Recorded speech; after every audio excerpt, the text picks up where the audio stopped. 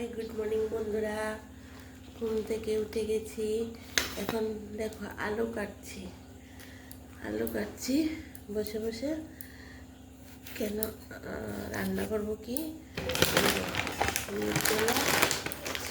কথা হলো প্যাকেটটা সবটা না, একটু নেবো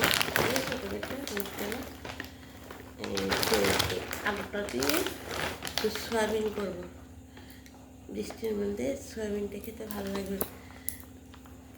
মাছ আর খেতে ভালো লাগে না। তো এটা হচ্ছে কি, এই যে দেখো আলু দিয়ে সয়াবিন করবো।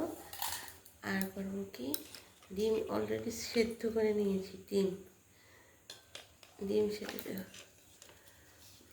সেদ্ধ করে নিয়েছি। তো ধরা যাচ্ছে না, গরম। এখন ছুলে নেব। তো উঠেছি, হয়ে গেছে প্রায় 15-20 মিনিট।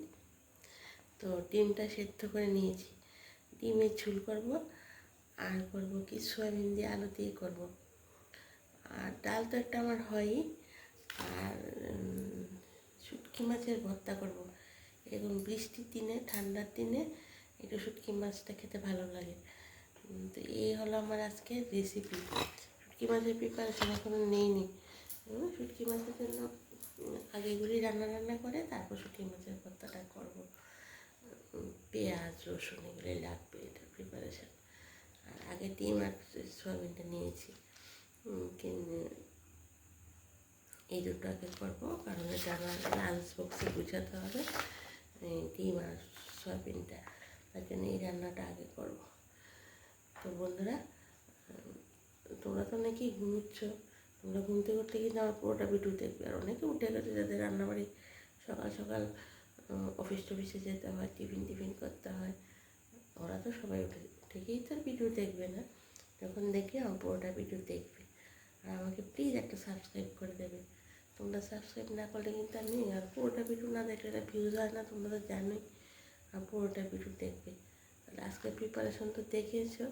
আলু অলরেডি কেটে নিয়েছি, সয়াবিনটা দিয়ে আর ডিমের ঝোল, ডাল আর শুটকি মাছের ভর্তাটা ওটা পরে করবো, কাটাকাটিও পরে করবো। এখন এগুলো সেদ্ধ করে চা খাবো। চাটা খেয়ে তারপর মানে মিক্সিতে মশলাও হয়ে গেছে, বেশিক্ষণ লাগবে না করতে। আর এটাকে এখন আলুটা সিদ্ধ হয়ে গেলেই তো চট করে হয়ে যায়, জানি তোমরা। তাহলে বন্ধুরা এখন রাখি, পরে আবার তোমাদের সাথে কথা হবে। টাটা, বাই বাই, সবাই ভালো থেকো।